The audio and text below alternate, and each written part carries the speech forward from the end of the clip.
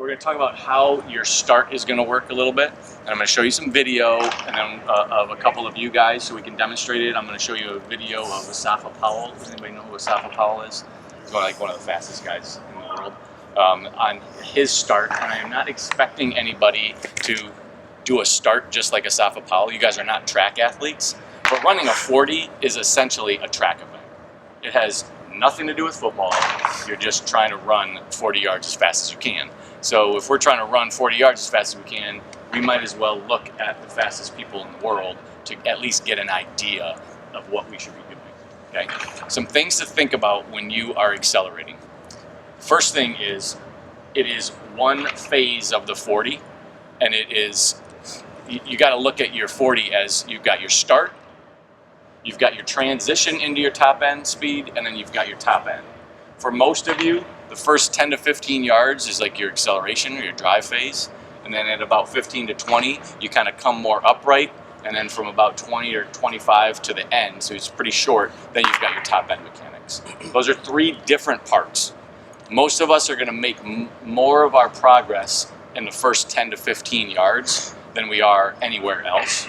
Okay, so we're going to spend a ton of time going over the first 10 to 15 yards. Okay. First 10, you want to be, if this is my head and these are my feet and I'm running that way, you want to be leaning forward as far as you possibly can. Your whole body needs to be leaning. So we're not going to be bent over. You essentially need a lean from your heels to your hips. That's where the lean comes from. And your feet should be driving backwards. So if we know that whatever way you push down into the ground, you're going to go the opposite direction. So if you're trying to jump high, which way do you need to push? Down. So when we jump, essentially what's happening is you're trying to put as much force down into the ground as possible, because then that rebound effect sends you up. Same thing goes with sprinting.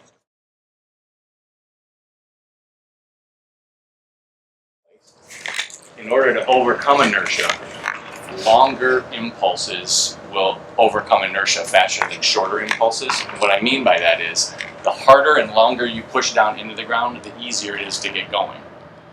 You don't want to take a bunch of dinky little steps. You're going to take some big, powerful, huge steps trying to push it in the ground as long as possible. So think about pushing a car. Anybody push a car before? Okay, so if you're pushing a car, you don't get behind it and go like that, do you? You go like, and then gradually it starts building up. That's basically what your sprint is going to be like, except much faster. So the first couple steps are much longer and slower and putting more force into the ground than it is as you build up. The first step out of the blocks takes like 4 times as long. You're on the ground is like 4 times as long as you are the second step. And the second step, you're on the ground about twice as long as you are at top speed. So try not to think about like, oh, I gotta get out of here really fast. Instead of trying to get out of your sprint start really fast, you're trying to push it into the ground as hard as you can on your first few steps and get down the track. Okay, so we're trying to take big, long, giant steps getting down the field.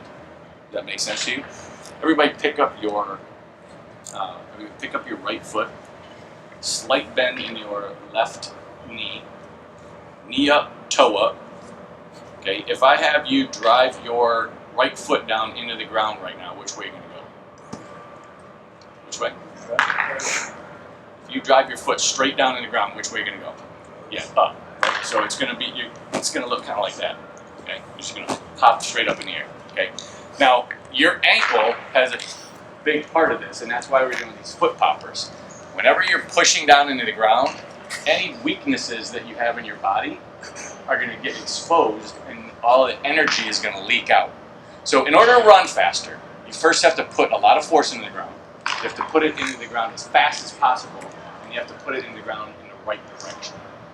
So putting force into the ground comes with strength. So the stronger you are, the more force you put in the ground. The second part of the equation is putting it into the ground as fast as you can. The faster you put it in the ground, the better to run fast, and that's going to come through explosive things like plyometrics, like jumping and explosive lifts, stuff like that. And then doing it in the right direction is how, like what we were talking about, you got to push backwards. Okay, if you're not strong enough at this point in your life, you're only going to get so much stronger in the next 6 to 8 weeks. Like, we can get a little bit stronger, and we're going to, but you're not going to get like, you're not going to add like 200 pounds to your squat in the next 6 weeks. Okay, putting it into the ground as fast as possible and as efficiently as possible, we can work on that, because you can change your nervous system to basically upregulate and be more efficient and put it in the ground harder. Putting it in the right direction, or your mechanics, we can definitely work on. And there's a bunch of scientific studies showing that the direction you put it in is the most important part of it. That's why the strongest guys on your team probably aren't the fastest guys on your team. Think about the guy who squats the most on your team probably doesn't run the fastest 40. And the guys who like have the fastest 40 probably, I mean, they're probably pretty strong, like, but they're not necessarily like power lifters. Is that accurate for you guys most of the time? Yeah. Okay. So we have to address all three of those things. Putting it down in the ground fast. I was talking about those energy things. If you are putting your foot down on the ground and your toes pointed, and you drive it down like this, the first thing that has to happen is you have to decelerate your ankle, and then you come back up. When you decelerate your ankle, a ton of energy is lost. So we want to stay nice and tight and rigid, so when you hit the ground, it just pops right back up. The fastest people in the world, when their foot hits the ground, there's not like a bunch of bending, so we want to be like tight and stiff. Not stiff like inflexible, but like stiff. You guys get what I'm saying? When your foot hits the ground, it should propel you forward. So we're going to be doing those pogo jumps and stuff like that a lot, and lots of quick hops and explosive jumps like that to help you guys like have that rebound effect. It's going to make a big difference for you. All right, I'm going to have you watch something. I'm going to first show you a couple of your videos, and then I'm going to show you a Safa Powell.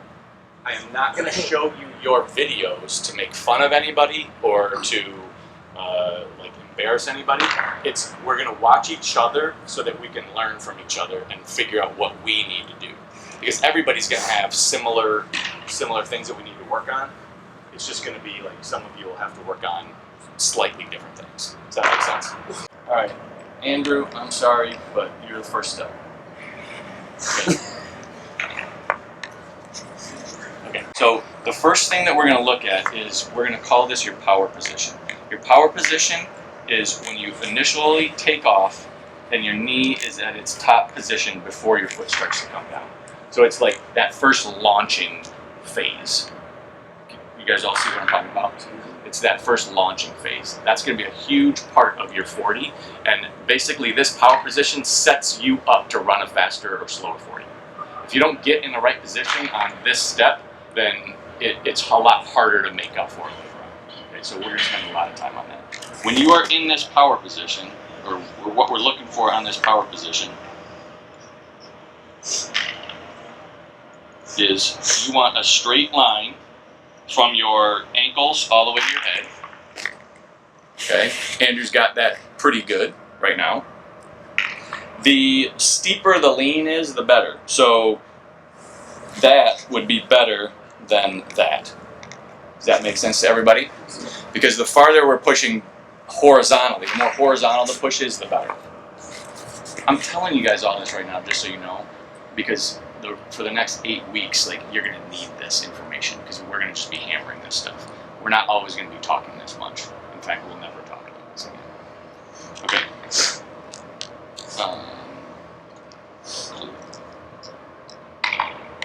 Okay. The next thing that we're looking for is how high his knee is. So we're looking at his right knee, the one that's taking the step, in relation to your other leg. Okay, so how high that leg is in relation to the other leg, the higher the better. Because the higher that gets, the higher this knee gets, the higher that foot gets off the ground, which means he can lean farther forward without his foot being on the ground. If he leaned any farther right now with his knee up only that high, where would his foot be? On the ground, and then that step is done. We're trying to cover as much ground as possible on every single step, and the higher your knee gets up, the easier it is to float in the air. And so essentially, it's going to feel almost like you're jumping on the first couple steps. So, Andrew, right off the bat, you need to get your knee up quite a bit higher.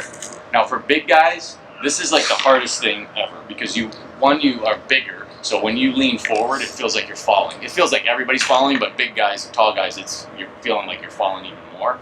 And your legs just weigh more. So it's harder to get your knees up. And you're just not used to like sprinting like this because it's not what you do on a day-to-day basis. Okay, so you're just gonna have to force yourself into these kind of positions. Okay, so you're gonna get your knee up a little bit higher.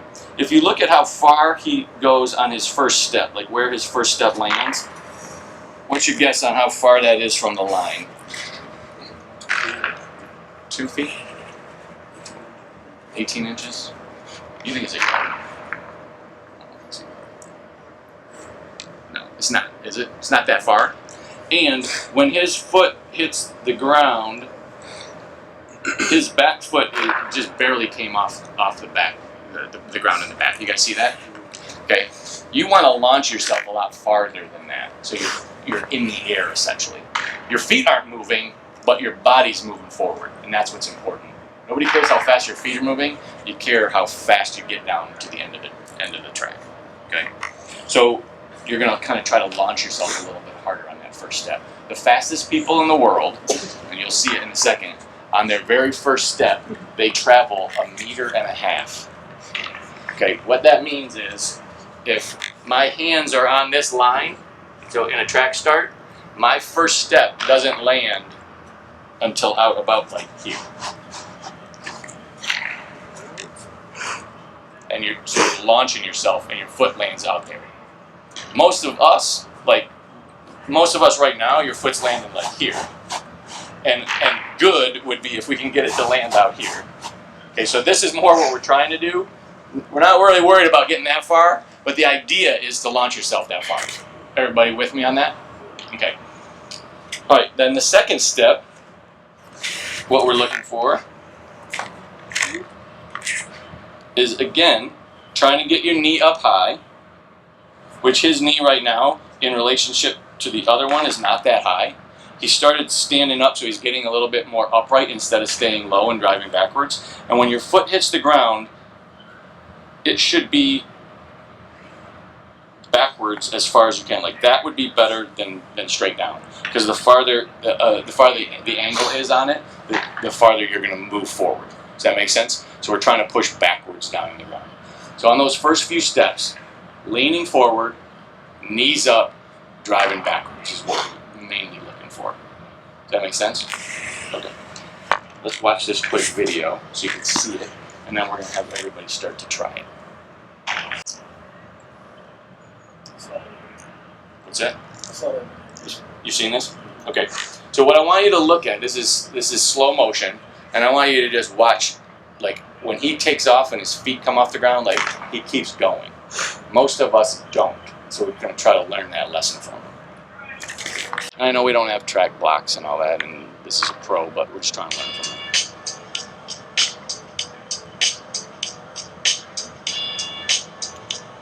Watch his front leg too. Look at how horizontal it is. I mean, it's almost like parallel to the ground right there. Now he's got blocks, so it makes a difference, but you get the idea.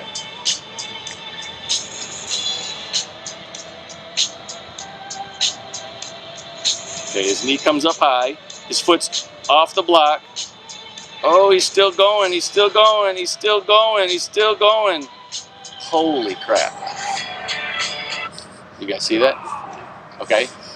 Now that's in slow motion. You wouldn't normally see it like that, but you guys get the idea? Okay, so here's what we're gonna do now. With all these things in mind, we are gonna stand up. We're just gonna be doing this from a standing position. We're all gonna stand up at a line, don't move yet. We're gonna lean forward, okay? And I want to see you drive your head and shoulders out as far as you can, get your knee up as high as you can, and jump in the air and try to hit the ground backwards. You're only gonna take 2 steps. Okay, so all it's going to look like is you're here, you're just going to jump, and then you're going to take a couple steps. Okay, so here, again, here's what it should not look like. Okay, you don't want to rush that step. You want to try to jump off of it and then hit the ground. Does that make sense?